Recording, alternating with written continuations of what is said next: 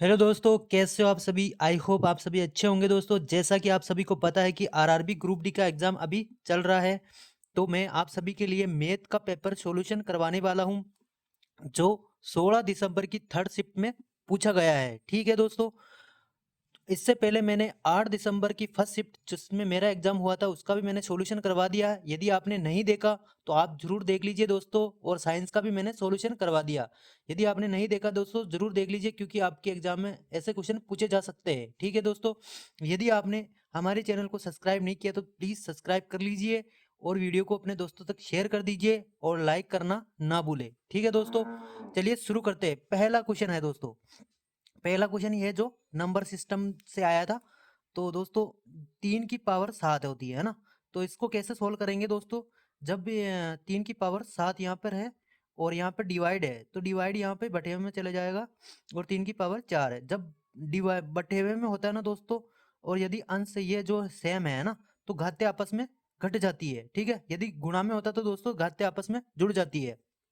ठीक है दोस्तों, तो यहाँ पे घटेगी तो कितना आएगा दोस्तों। 3 की पावर 7 में से 3 की पावर 4 गया तो क्या बचेगा दोस्तों। 3 की पावर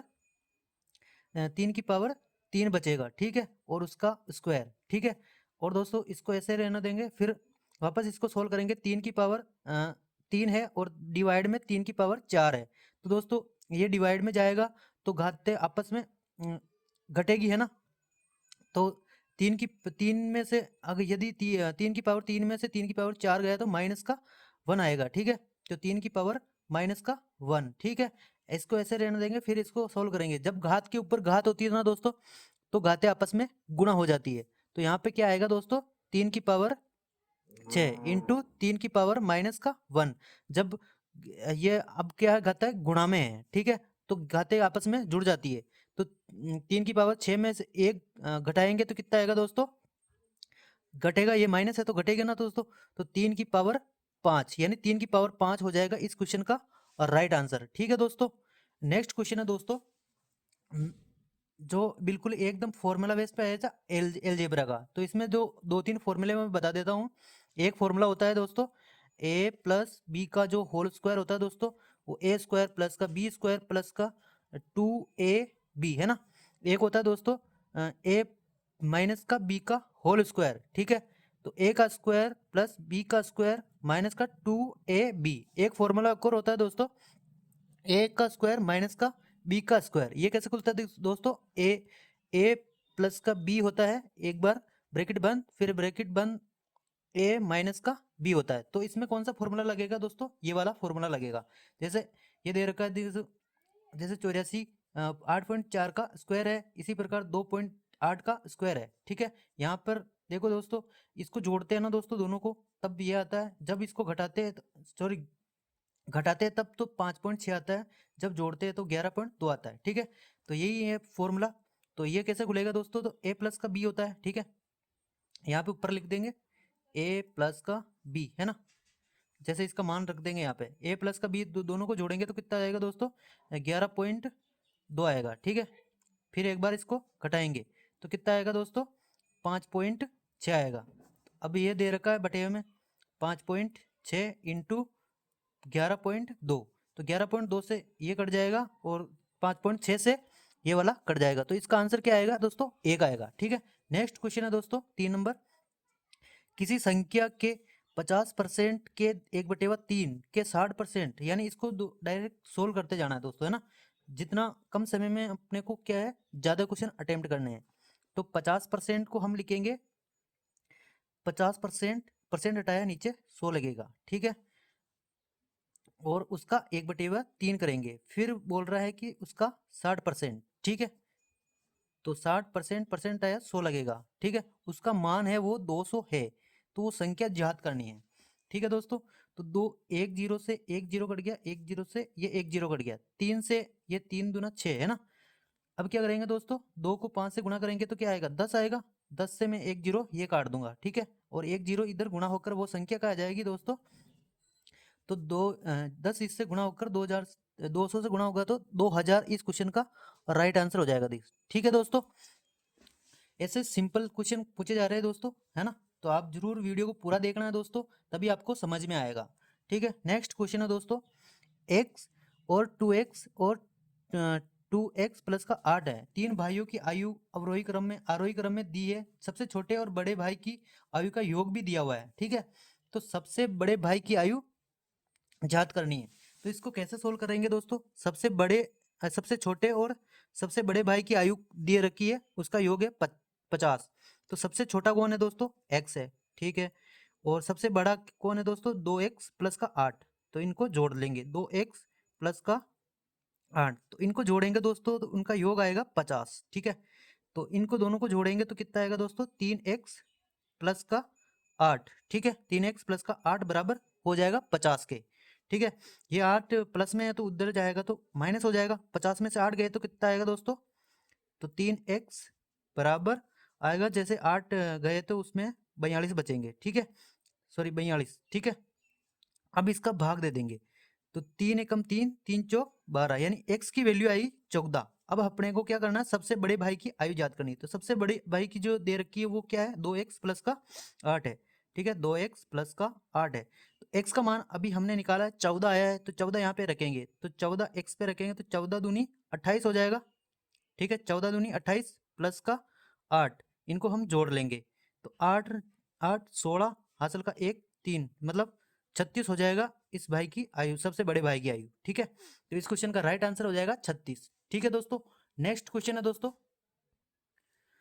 नेक्स्ट क्वेश्चन को सोल्व करने से पहले, मतलब आप इन क्वेश्चनों को सोल्व करने का प्रयत्न करें, वीडियो को पॉज करके आप सोल्व भी करें, है ना, जिससे आपको पता चलेगा कि भाई हमें एग्जाम में ऐसे क्वेश्चन आ रहे हैं तो हम सोल्व कर सकते हैं कि नहीं कर सकते। ठीक है, तो चलिए नेक्स्ट क्वेश्चन है दोस्तों, यदि किसी मीनार के पाद से कोई लड़का जो 12 मीटर दूर है, यदि वे मीनार से को 60 डिग्री उन्नयन कोण से देखता है, तो मीनार की ऊंचाई ज्ञात करनी है। ठीक है, और √3 का मान ये दिया हुआ है 1.732। ठीक है, तो एक मीनार है भाई, तो मीनार हम पहले मीनार बनाएंगे। ठीक है, ये मीनार है और ये इसका पाद है। ठीक है, तो यहाँ से यहाँ दे रहा है और इसका जो यूनियन कोण दे रखा है वो 60 डिग्री है। ठीक है, हमें पता है कि भाई जो 60 डिग्री के सामने होता है वो होता है √3 होता है, और यहाँ पे 30 है तो 30 के सामने होता है 1। ठीक है, और जो लड़का है जो पाद बिंदु से मीनार के जो पाद बिंदु से इतनी दूरी पे खड़ा है, उसका मान दे रखा है अपने को 12 मीटर। ठीक है,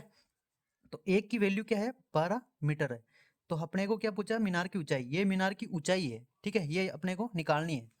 तो एक की वैल्यू आ चुकी है 12, तो इसको रूट से गुणा कर दें, √3 से, तो 12 √3। अब हमको क्या कर दे रखी है क्वेश्चन में, √3 का वैल्यू दे रखा है।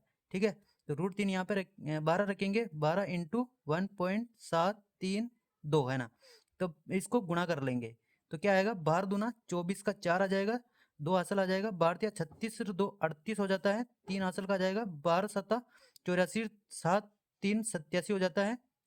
ठीक है, पॉइंट लगा देंगे, फिर 12 12 12 प्लस का, अब 12 को इससे गुणा करेंगे तो 12 12 कम 12 प्लस का 8। ठीक है, प्लस का 8 जुड़ जाएगा तो कितना जाएगा दोस्तों, 20। तो 20.784 है इस क्वेश्चन का राइट आंसर। ठीक है, मीटर में दिया हुआ था।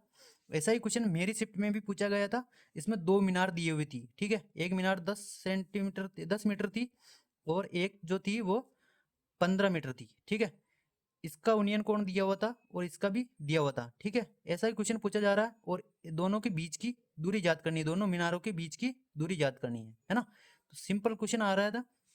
हाँ, तो हाइट एंड डिस्टेंस डिस्टेंस जो है ना, ऐसे ही क्वेश्चन पूछे जा रहे हैं दोस्तों। ठीक है, आपको ये वाला फॉर्मूला लगाना है ना। चलिए नेक्स्ट क्वेश्चन है दोस्तों, हमें क्या कम टाइम में ज़्यादा क्वेश्चन अटेम्प्ट करने हैं, तो जो मैं अप्रोच बता रहा हूँ वही अप्रोच लगानी है वहाँ पे एग्जाम में। ठीक है, तभी आप ज़्यादा क्वेश्चन अटेम्प्ट कर पाओगे। ये क्वेश्चन भी देखो दोस्तों, मैंने जब 9 दिसंबर वाली शिफ्ट में कराया था ना, सेम एज इट इज ऐसा ही क्वेश्चन आया था। अब केवल डाटा चेंज हो चुका है, दूसरा क्वेश्चन आ चुका है। ठीक है, 16 दिसंबर की सेकंड शिफ्ट में। ठीक है, सॉरी थर्ड शिफ्ट में। अब इसको कैसे सोल्व करेंगे दोस्तों,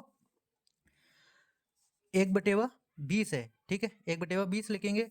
अब ये दोस्तों का है ना इसके साथ में, तो ये बटेवे में चले जाएगा, तो यहाँ पे बटेवे में आएगा 2/70। ठीक है, जो नीचे होता है ना दोस्तों, पहले पिछले वाले वीडियो में बताया था, जो नीचे होता है वो ऊपर चला जाता है, तो यहाँ पे लिखेंगे 1/20 और ये वाला ऊपर चला जाएगा, कितना आएगा यहाँ पे 70, और बटेवा ये जो है ना इसके साथ में चला जाएगा। ठीक है, तो यहाँ पे 2 आ जाएगा। और अपने को क्या परसेंट में निकालना, तो 100 से गुणा कर देंगे। अब क्या काटेंगे, इसको काट देंगे। तो 20 होता है 100, ठीक है, ये कट गया। और इसको इससे गुणा कर लेंगे तो कितना आ जाएगा दोस्तों, 7×5 = 35, 350/2, इसको हम काट देंगे। और तो 2 एकम 2 और 2 7 चुगदा 2×5 = 15, यानी 175% इस क्वेश्चन का राइट आंसर हो जाएगा दोस्तों। ठीक है, सिंपल फॉर्म में अपने को क्वेश्चन को लेकर चलना है ताकि कम समय में ज्यादा क्वेश्चन अटेम्प्ट हो पाए। नेक्स्ट क्वेश्चन है दोस्तों 7वें नंबर का है। 12,000 रुपए की राशि को 3 व्यक्तियों के बीच में बांटा जाता है। यदि ए और बी की राशि का अनुपात दिया हुआ 3 और 4, बी और सी की राशि का अनुपात है 4 और 5, ठीक है। इसी तो सी को प्राप्त राशि क्या होगी, है ना, ये अपने को निकालना है। तो पहले इसका सिंपल बनाएंगे। ए और बी की जो राशि का अनुपात है वो ए बी यहाँ पे लिख लेंगे, यहाँ पे सी लिख लेंगे, ठीक है। जिनके नीचे जिनका अनुपात ये ए बी का है ना, तो इनके नीचे लिख लेंगे। ए का कितना है 3 है, बी का कितना है 4 है, ठीक है। इसी प्रकार बी का कितना है 4 है और सी का कितना है दोस्तों, तो 5 है। जिस जगह खाली है ना दोस्तों, तो वो 4 यहाँ पे आ जाएगा, ठीक है। और यहाँ पे भी 4 आ जाएगा, ठीक है। अब क्या करेंगे दोस्तों, इसको सोल्व करेंगे। 4 से 4 कट जाएगा, 4 से 4 कट जाएगा, 4 से 4 कट जाएगा, कॉमन आ रहा है ना।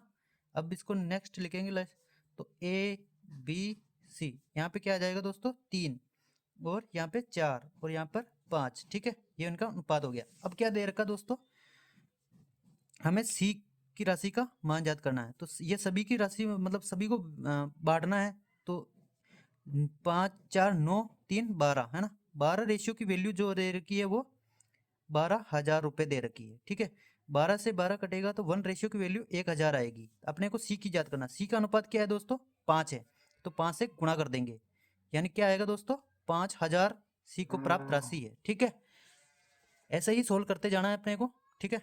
नेक्स्ट क्वेश्चन है दोस्तों 8वें नंबर का है। यदि कोई व्यक्ति 3.5% की दर से वे 7.5% की दर से दोनों ब्याज दर पर अलग अलग बैंकों से उधार लेता है, ठीक है, कितने 2,40,000 रुपए, ठीक है। और 4 साल बाद दोनों की देय ब्याज के बीच धनात्मक अंतर क्या होगा। सेम ही क्वेश्चन 9 दिसंबर की शिफ्ट में पूछा गया, केवल डाटा चेंज हो चुका है ना, आपने देख लिया होगा। तो अब क्या करेंगे दोस्तों, ऐसे क्वेश्चन को जब समय समान दिया हुआ है तो हम क्या करेंगे दोस्तों, जो रेट है ना दोस्तों उसका अंतर कर लेंगे। तो अंतर कितना आ रहा है दोस्तों 4 आ रहा है, उसको हम टाइम से मल्टीप्लाई कर देंगे। तो 4 है ना, 4% तो रेट है और 4 साल का समय दिया हुआ है, तो इसको गुणा करेंगे तो कितना आ जाएगा दोस्तों 16% हो जाएगा, ठीक है। ये राशि टोटल है कितनी 2,40,000 है ना।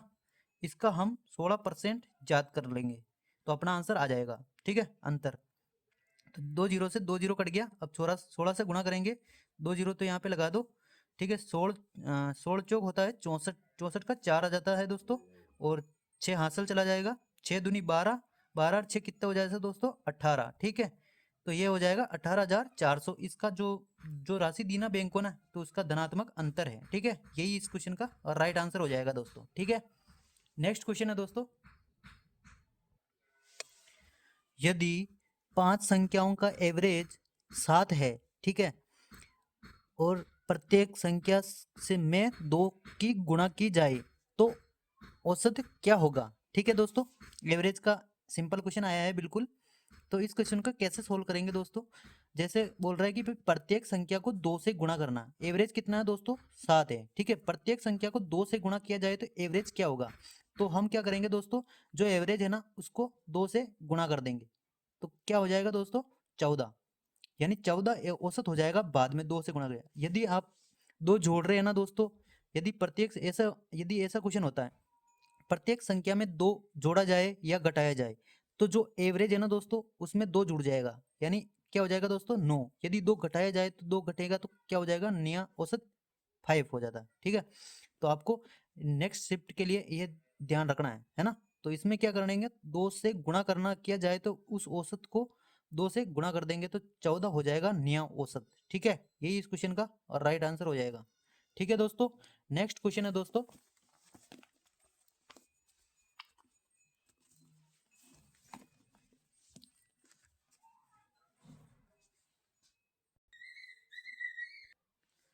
नेक्स्ट क्वेश्चन है दोस्तों 10वें नंबर का है। यदि 2 ट्रेन हैं जिनकी लंबाई क्रमशः 120 मीटर है और 80 मीटर है। यदि दोनों विपरीत दिशा में 59 किलोमीटर प्रति घंटा की स्पीड से और दूसरी ट्रेन की जो स्पीड दे रखी है वो 85 किलोमीटर प्रति घंटा की चाल से चल रही है, तो कितने समय बाद वे एक दूसरे से मिलेगी। ठीक है दोस्तों, तो सबसे पहले क्या करेंगे दोस्तों, दो ट्रेनें दे रखी है तो उनकी जो दूरी दे रखी है, लंबाई दे रखी है, वो जुड़ेगी। तो दोस्तों 120 प्लस का 80 कितना हो जाएगा दोस्तों, 200। ठीक है, 200 हो जाएगा। चाल का जो फॉर्मूला होता है वो स्पीड बराबर होता है डिस्टेंस बटेवा समय। ठीक है दोस्तों, तो विपरीत दिशाओं में जा रही है ना, विपरीत दिशाओं में जा रही है तो चालें आपस में जुड़ेगी, तो दोनों चालों को हम जोड़ लेंगे। तो 9 और 5 कितना होता है दोस्तों, 14 होता है, एक हासिल का चला जाएगा। तो 8 और 6 कितना होता है, 14। ठीक है, तो 144 हो जाएगी। ठीक है, अब क्या करेंगे दोस्तों, ये स्पीड क्या दे रखी है, सॉरी जो दूरी दे रखी है वो मीटर में दे रखी है, तो इसको हम मीटर पर सेकंड में चेंज कर लेंगे स्पीड को। तो 5/18 से गुणा करते हैं। ठीक है, और हमें समय ज्ञात करना है तो टी से गुणा कर देंगे यहाँ पे। ठीक है, अब काट लेंगे इसको, तो कितने बार कटेगा, 18 अंटी 144 और पाँचों आटा 40 हो जाता है। तो जीरो से जीरो कट जाएगा, 5 यानी टाइम क्या आ जाएगा दोस्तों, 5 सेकंड का। कितना, 5 सेकंड, ऐसी सी सेकंड। ठीक है दोस्तों, नेक्स्ट क्वेश्चन है दोस्तों 11 नंबर का है। यदि किसी व्यक्ति की चाल 3/8 हो जाती है तो वह अपने गंतव्य तक 10 मिनट देरी से पहुंचता है। गंतव्य तक पहुंचने में लगने वाला जो मूल समय कितना है। ठीक है दोस्तों, ऐसा भी क्वेश्चन पूछा जा रहा है दोस्तों, तो आप जरूर इस कंसेप्ट को आप समझ के जाओ। ठीक है, यदि किसी व्यक्ति की जो चाल दे रखी है वो कितनी है दोस्तों, तो वास्तविक चाल कितनी है, 8 है। ठीक है, और कितनी हो जाती है, 3 हो जाती है। ये स्पीड का रेशियो, जब डिस्टेंस कांस्टेंट होती है तो दोस्तों टाइम का इसका रेशियो जो है वो उल्टा हो जाता है, यानी 3 यहाँ पे आ जाएगा और यहाँ 8 यहाँ पे हो जाएगा। तो कितने मिनट लेट हो जाती है, 10 मिनट। यहाँ पे कितना गैप है, तो यहाँ पर 3 और 5 में कितना गैप है दोस्तों, 5 का गैप है 3 और 8 में। ठीक है, तो यहाँ पे 5 जो इसकी वैल्यू कितनी दे रखी है दोस्तों, 10 मिनट है ना, 10 मिनट है। तो 5 से काटेंगे तो एक रेशियो की वैल्यू आ जाएगी 5 दूनी 10। अपने को क्या पूछा है, मूल समय, तो मूल समय में ये मूल समय की चाल है, तो ये मूल समय है, तो इसको हम गुणा कर देंगे। ठीक है, 3 से गुणा कर देंगे तो क्या आ जाएगा, 6 मिनट।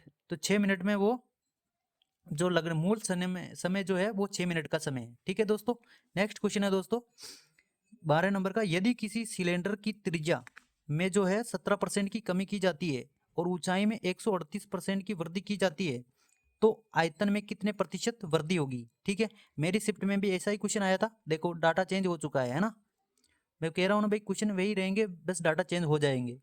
तो इसका जो बेलन है, बेलन का आयतन क्या होता है दोस्तों, जो बेलन का आयतन का फॉर्मूला होता है पाई आर स्क्वायर एच। ठीक है दोस्तों, है ना, तो हम क्या करेंगे दोस्तों, तो पाई आर स्क्वायर। ठीक है, तो यहाँ पे वैल्यू रख लेंगे, तो पाई आर स्क्वायर है तो यहाँ पे 100 है। ठीक है, और यहाँ पे कितना 17% की कमी करेंगे तो कितना हो जाएगा दोस्तों, ये हो जाएगा 83। 2 बार लिख लेंगे क्योंकि स्क्वायर होता है। ठीक है, 100 इंटू 83। ठीक है, फिर इसको यहाँ पे लिख लेंगे 100 और उसमें 138 की वृद्धि करेंगे तो 238 हो जाएगा। ठीक है, 238 238 हो जाएगा। ठीक है, इसको इससे गुणा कर लेंगे, इसको इससे गुणा कर लेंगे, फिर जो है ना उससे भाग दे देंगे, तो यही इतना परिवर्तन होगा। आप सोल्व कर लेना दोस्तों, कैलकुलेशन थोड़ा इसमें कैलकुलेशन है। ठीक है दोस्तों, नेक्स्ट क्वेश्चन है दोस्तों, यदि यदि एमपी पर यानी मार्केट प्राइस पर यानी अंकित मूल्य पर 25% की छूट दी जाती है और 50% का लाभ होता है, और यदि जो लाभ है वो दे रखा है 1290 का, तो अंकित मूल्य ज्ञात करना है। तो इसमें क्या, इसमें रेशियो लगाएंगे एमपी-सीपी वाला। यहाँ पे लिखेंगे सीपी, यहाँ पे लिखेंगे एमपी। ठीक है, और यहाँ पे लिखेंगे एसपी। ठीक है, तो 25% की छूट दी जाती है, तो 25% की छूट जो अंकित मूल्य पे दी जाती है, तो 25 चौक 100 हो जाता है। ठीक है, और एक की कमी आएगी तो फिर 3 हो जाएगा। ठीक है, फ्रैक्शन में ऐसे लिखते हैं, 25% का होता है 1/4, 4 में 1 की कमी यानी 3। ठीक है, और फिर कह रहा है 50% का लाभ होता है, तो 50%, 100 और 50% का लाभ इसमें जोड़ देंगे, ठीक है। इससे काटेंगे 5 दूनी 10, 5 या 15, तो सीपी कितना है दोस्तों 2, और जो एसपी आ रहा है वो कितना आ रहा है 3 आ रहा है, ठीक है। अब क्या करें, पूछा है दोस्तों एज यहाँ पे सीपी बराबर है और अपने को क्या दे रखा लाभ, लाभ कहाँ को किस पे होता है दोस्तों, सीपी पे होता है, सीपी और एसपी पे। तो यहाँ पे लाभ कितना है दोस्तों, 1 का है, 1 की वैल्यू अपने को दे रखी है 1290, ठीक है। अपने को क्या पूछा है एमपी, यानी अंकित मूल्य का रेशियो क्या है दोस्तों 4 है, तो 4 से इसको गुणा कर देंगे तो इसका आंसर आ जाएगा। गुणा कर लो दोस्तों, 0 से 4 को 0 से गुणा करेंगे तो 0 आएगा, 4 नाम 36 का 6 आएगा, 3 हासिल जाएगा, 4 दूनी 8, 3 11 हो जाएगा दोस्तों, और फिर आगे हासिल का आएगा 4 1 5, यानी ये आ जाएगा इस क्वेश्चन का राइट आंसर, ठीक है 5160, ठीक है। नेक्स्ट क्वेश्चन है दोस्तों 14 नंबर का, यदि किसी त्रिभुज की भुजाएं 21, 28 और 35 है तो 21 सेंटीमीटर भुजा के सापेक्ष त्रिभुज की ऊंचाई ज्ञात करनी है। तो त्रिभुज ये दोस्तों मुझे जहाँ तक लग रहा है ये ट्रिपलेट वाला है फॉर्मूला है ना, इसको जैसे 7 से काटेंगे तो 7 या 21 हो जाता है, 7 चौक 28 हो जाता है, 7 पंजी 35, यानी 3 4 5 वाला ट्रिपलेट इसमें लग रहा है। त्रिभुज पहले बना लो, ये त्रिभुज हमने बना लिया है, ठीक है। 5 होता है कर्ण होता है, ठीक है, और 3 यहाँ पे आता है और 4, ठीक है। तो यहाँ पे भुजाओं को मान रख लो दोस्तों, जैसे यहाँ पे 21 है और यहाँ पे 28 है और यहाँ पे 35 है, ठीक है। तो ये पूछ रहा है कि भाई क्या 21 के सापेक्ष, तो 21 के सापेक्ष त्रिभुज की ऊंचाई, तो 21 ये रहा, इसके सापेक्ष ऊंचाई क्या हो जाएगी 28, है ना, 28 सेंटीमीटर इस क्वेश्चन का राइट आंसर हो जाएगा दोस्तों। नेक्स्ट क्वेश्चन था दोस्तों 15 नंबर का, यदि किसी व्यक्ति की आय 15,000 रुपये है, वह जो है 16% खर्च कर देता है, यदि आय में जो होता है 22% की वृद्धि हो जाती है और व्यय में 25% की वृद्धि है, तो वर्तमान बचत क्या होगी, है ना, ऐसा क्वेश्चन पूछा गया है। तो क्या करेंगे दोस्तों, आय क्या होती है 100% होती है, ठीक है, 16% उसने खर्च कर दिया है, ठीक है, और बचा कितना दोस्तों, बचा उसके पास 84, ठीक है, 84 बचा है। अब क्या कर रहा है, आय में 22% की वृद्धि कर रहा है, तो पहले आय 100 थी, अब कितनी हो जाएगी दोस्तों 122, ठीक है। अब क्या कर रहा है दोस्तों, उसके व्यय में वृद्धि कर रहा है, इसको कैसे फ्रैक्शन में लिखेंगे दोस्तों, 25 25 25 बटे हुए 100 लिखेंगे, इसको काट देंगे 25 कम 25, 25 चौक 100, है ना। तो वृद्धि कर रहा है ना दोस्तों, 5 4 में 1 की वृद्धि, तो 4 से 5 हो जाएगा, ठीक है। ये क्या किस में वृद्धि कर रहा है, व्यय में, तो व्यय क्या है ये है, तो इसमें 5 बटे हुए 4 से गुणा कर देंगे, 4 से कटेगा 4 चौक 16 और 20 आ जाएगा, तो व्यय क्या हो जाएगा दोस्तों 20। तो अब देखो आय इतनी है, व्यय इतने कर रहा है, तो बचा कितना रहा दोस्तों, तो इसमें से घटाएंगे तो 102 हो जाएगा, ठीक है। अब क्या पूछी है दोस्तों, वर्तमान बचत, पहले क्या थी दोस्तों, ये इसकी वैल्यू कितनी दे रखी है दोस्तों 15,000, है ना, 100 के बराबर कर लेंगे 15,000 को, ठीक है, 2 जीरो से 2 जीरो कट जाएगा, यानी 150 बचेगा, है ना।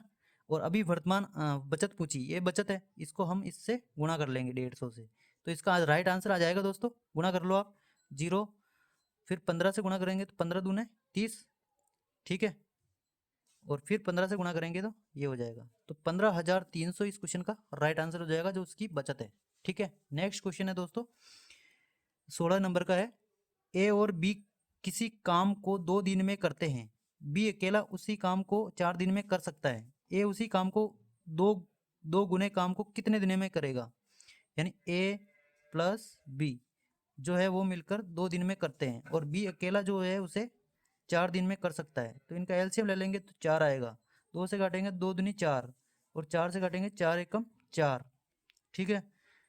तो अब क्या पूछ रहा है भाई, ए उसी काम को 2 गुने, तो ए की बी की एफिशिएंसी क्या है 1 है, तो यहाँ पे 1 रख लेंगे और बी की बची 1, ठीक है। अब क्या करेंगे दोस्तों, काम कितना है 4 है, उसी काम का 2 गुना, तो 2 से गुणा कर दो, ए की एफिशिएंसी 1 है ना, तो 1 से भाग दे देंगे, तो इसका काटे फिटेंगे तो क्या आ जाएगा दोस्तों 4 दूनी 8, यानी 8 दिन में वो उस काम को कर सकता है, कितने 8 दिन में, ठीक है। नेक्स्ट क्वेश्चन है दोस्तों 17 नंबर का क्वेश्चन है दोस्तों, किसी आयत का परिमाप दिया हुआ है, क्या दिया हुआ है परिमाप, ठीक है 64 दिया हुआ है, यदि लंबाई चौड़ाई से 8 ज़्यादा है तो चौड़ाई का मान ज्ञात करना है ना। तो लंबाई और चौड़ाई क्या पूछ रहा है दोस्तों, तो जो लंबाई है ना वो चौड़ाई से 8 ज़्यादा है, ठीक है, और आयत का परिमाप दिया हुआ है, तो आयत का परिमाप क्या होता है, 2 दो ब्रैकेट में लंबाई प्लस चौड़ाई, ठीक है, वो कितना दिया हुआ है दोस्तों, 64 दिया हुआ है। तो इसको हम 2 से काट देंगे, तो लंबाई प्लस चौड़ाई का योग जो आ जाएगा वो 32 आ जाएगा, ठीक है। और दोस्तों जो लंबाई है जो है वो चौड़ाई से 8 ज़्यादा है, तो लंबाई और चौड़ाई का जो अंतर दे रखा है ना दोस्तों, लंबाई बराबर चौड़ाई, है ना, उससे 8 ज़्यादा है लंबाई, तो 8 यहाँ पे लिख देंगे। जब भी यहाँ पे आएगा तो अंतर हो जाएगा, है ना, लंबाई माइनस चौड़ाई जिसका अंतर 8 है, हमें पे क्या पूछा गया है, चौड़ाई, तो इसमें क्या गया है, कम कंपाउंडो और डिवांडो, है ना, यानी जोड़ो और घटा दो, ठीक है। तो हमें चौड़ाई याद करनी है, तो हम चौड़ाई याद करने के लिए लंबाई को घटाना पड़ेगा ना। तो हम क्या करेंगे दोस्तों, इन दोनों को घटा लेंगे, इन दोनों को घटाएंगे तो 32 में से 8 गया तो कितना आएगा दोस्तों, 4, और इधर कितना बचेगा 2, है ना, 24, और हम 2 से भाग दे देंगे, 2 से भाग दे देंगे तो यहाँ पे क्या आएगा दोस्तों, 12।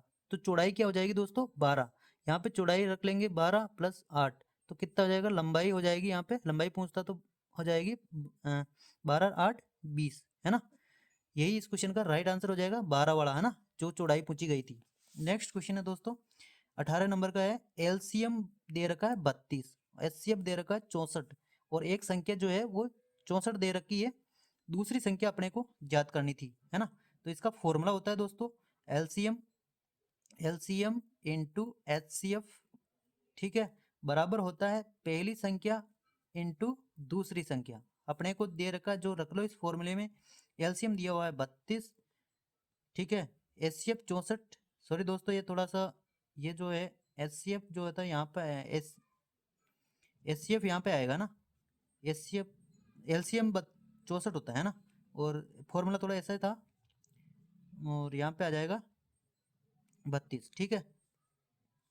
तो अब इसको यहाँ पे रखेंगे तो क्या आ जाएगा दोस्तों, 64 बराबर पहली संख्या 64 है ना, दूसरी संख्या अपने को निकालनी है, तो 64 से 64 कट जाएगा तो दूसरी संख्या क्या आ जाएगी दोस्तों, 32, ठीक है। थोड़ा सा डाटा चेंज हो सकता है, बाकी क्वेश्चन यही था, है ना। नेक्स्ट क्वेश्चन है दोस्तों 1900 नंबर का, जो बहुलक से दिया होता, तो आपको क्या है, मीन मोड और मोडियन, जो बहुलक है ना, बहुलक माध्यक और माध्यिका, इससे आपको पढ़ के जाना है, इससे भी क्वेश्चन पूछा जा रहा है। जैसे बहुलक पूछ रहा है तो इस वाली जो संख्या है इसमें सबसे ज्यादा बार क्या आ रहा है, वही बहुलक होता है। जैसे 4 देखो दोस्तों, 4 एक बार, 4 2 बार, और 4 3 बार, तो इस का आंसर क्या हो जाएगा दोस्तों, 4, तो बहुलक 4 है इसका, है ना। एक क्वेश्चन है दोस्तों पाइपेट टंकी से भी हर शिफ्ट में पूछा जा रहा क्वेश्चन, इसको भी आपको पढ़ के जाना है।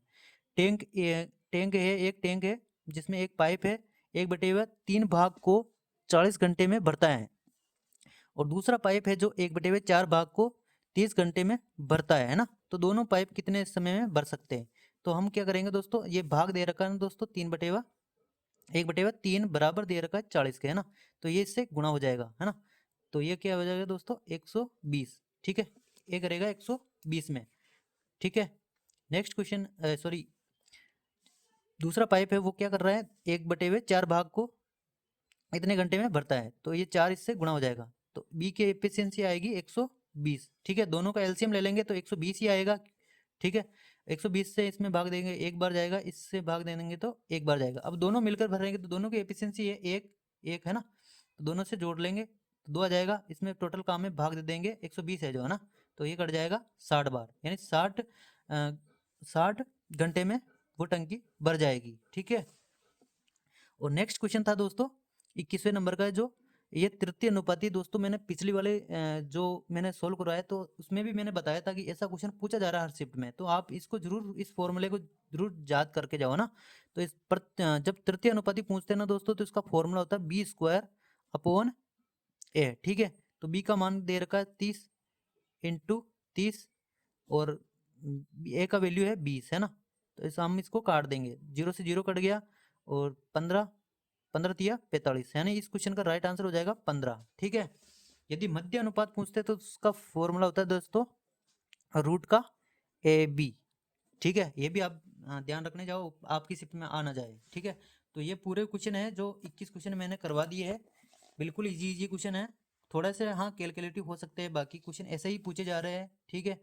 इससे पहले मैंने 9 दिसंबर का भी मैंने करवा दिया है, ठीक है। आपने यदि हमारे चैनल को सब्सक्राइब नहीं किया तो जरूर सब्सक्राइब कर लीजिए, मैंने थोड़ी सी मेहनत करी तो थोड़ी सी मेहनत आप भी कर लीजिए दोस्तों, है ना। ठीक है, ऐसे क्वेश्चन है आ रहे हैं एग्जाम में, आप अच्छा करके आओगे। बस कैलकुलेशन का ध्यान रखना है, ठीक है। ये देखो मैंने पहले भी क्वेश्चन करवा दिए है, ये आप देख लीजिए। यदि आपने वीडियो नहीं देखा तो ज़रूर देख लीजिए पहले वाला वीडियो, ठीक है।